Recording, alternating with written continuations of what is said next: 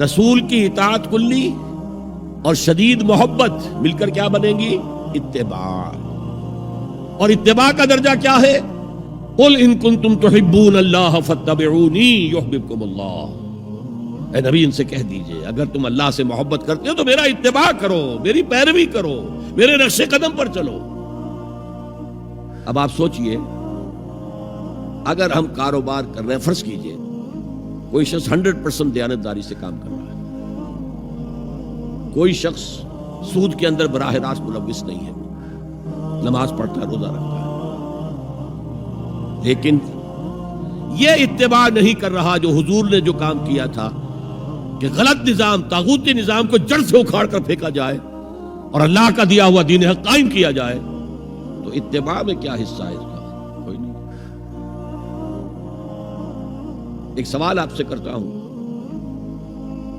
حضور نے وحی کے آغاز کے بعد کوئی کاروبار کیا؟ جی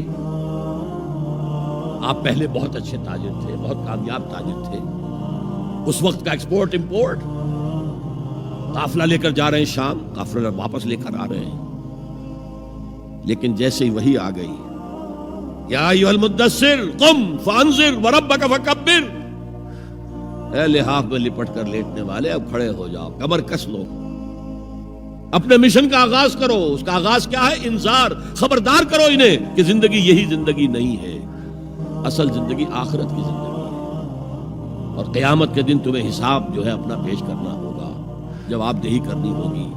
You will have to face the ground accountability of the day of judgment.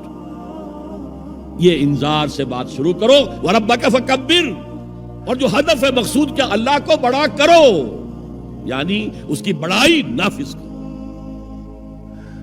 Parliament میں بھی اس کا حرف آخری ہو، لِتَكُونَ كَلِمَةُ اللَّهِ هِيَ الْعُلْيَا، تاکہ اللہ کا کلمہ سب سے اونچا ہو جائے.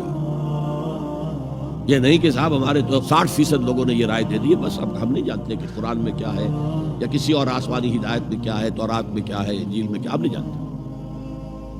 اگر ہم اس کے خلاف جد و جہد نہیں کرتے تو اتباع میں کوئی حصہ نہیں. جو اطاعت تھوڑی بہت ہم کر رہے ہیں وہ بھی جزوی ہے، کلی نہیں ہے.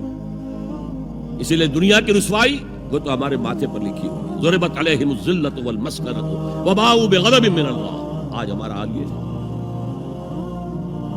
تو اتباع رسول، محبت رسول کا تقاضا، وہی جد و جہد کرو، وہی جد و جہد کرو. اسی کا نام جہاد فی سبیل اللہ ہے. بدقسمتی سے خود ہم نے غلط انٹرپریٹیشن جہاد کی ہے، جس کی وجہ سے دشمنوں کو موقع ملا. جہاد کے معنی جنگ، حالانکہ جہاد کے معنی تو جنگ نہیں ہے. جہاد جد و جہد کا نام ہے، کوشش. جہد کے مقابلے میں آئے گی تو وہ جہاد ہے. جہد یک طرفہ ہے تو جہد ہے، اور دو طرفہ ہو رہی ہے، رسہ جو ہے آپ ادھر کھینچ رہے ہیں وہ ادھر کھینچ رہے ہیں، یہ جہاد ہے. آپ توحید کا پرچم اٹھائے ہوئے ہیں، توحید پھیلا رہے ہیں، وہ شرک پھیلا رہے ہیں، یہ جہاد ہے. کوئی مغربی ڈیموکریسی چاہتا ہے، کوئی سوشلسٹ ڈیموکریسی چاہتا ہے، ان کے درمیان رسہ کشی ہوگی کہ نہیں ہوگی؟ یہ جہاد ہے. اور یہ دونوں قرآن کی اصطلاحات ہیں. ہم نے جہاد کو بھی جنگ بنا دیا، تو پھر تو اب ہر شخص کو قرآن میں جنگ ہی جنگ نظر آئے گی. جہاں جہاد کا لفظ آیا جنگ، جہاں جہاد کا لفظ آیا جنگ.